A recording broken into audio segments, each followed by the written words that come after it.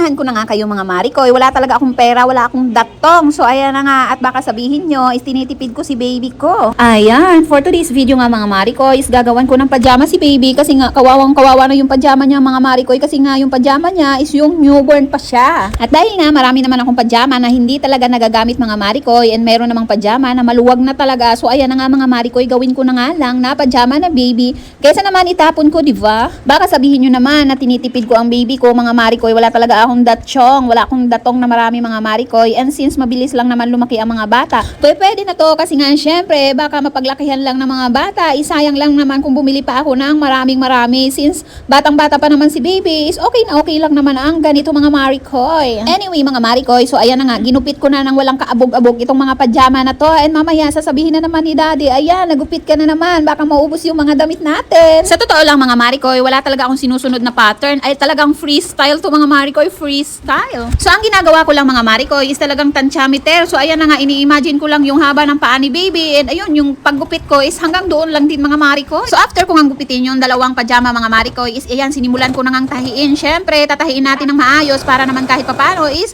maganda yung pajama ni baby. So ayan na nga mga Marikoy, natapos ko nang tahiin. Sa part na yan mga Marikoy, abay tuwang-tuwa na ako kasi nga syempre maganda yung nagawa kong pajama. And ayan na nga, nilagyan ko na nga ng garter para naman is matapos na talaga itong pajama ni baby. And ayan, pwede kong isuot na yan sa kanya. Minsan mga Marikoy, tayo mga mamis, pag wala tayong pangbili, nagtatago talaga tayo sa salitang, ay hayaan mo na, mapaglalakihan lang naman yan ng mga bata. Pero sa totoo lang, sa loob-loob talaga ng mga puso natin, ay sayang, gusto kong bilhan yung baby ko ng ganyan, gusto ko sa baby ko ng ganito, hayaan at lumaki ng maaga, okay lang yun. Pero sa hirap ng buhay ngayon mga Marikoy, okay lang na mag-adjust tayo mga mamis. Hindi naman kailangan na bonggang-bongga talaga yung mga gamit ni baby. Ang importante is may naisusuot sila na maayos, may nakakain. Kesa naman bonggang-bongga nga yung mga gamit nila, wala ka namang mapakain, wala ka namang maipagatas, wala ka namang maipadiaper. So pag mga ganito mga Marikoy, okay lang yung ganyan. Magsipag lang tayo sa buhay, and pag dumating yung araw na umayo na sa atin ang panahon, ay talaga mga mimakoy, talagang maibibigay na natin lahat ng gusto natin para sa ating mga junakis. So after ko ngang matapos yung pananahi mga Marikoy, so ayan, papakainin ko na nga si baby kasi nga kailangan niyang kumain. Hindi pwedeng mag-skip siya ng pagkain ng rice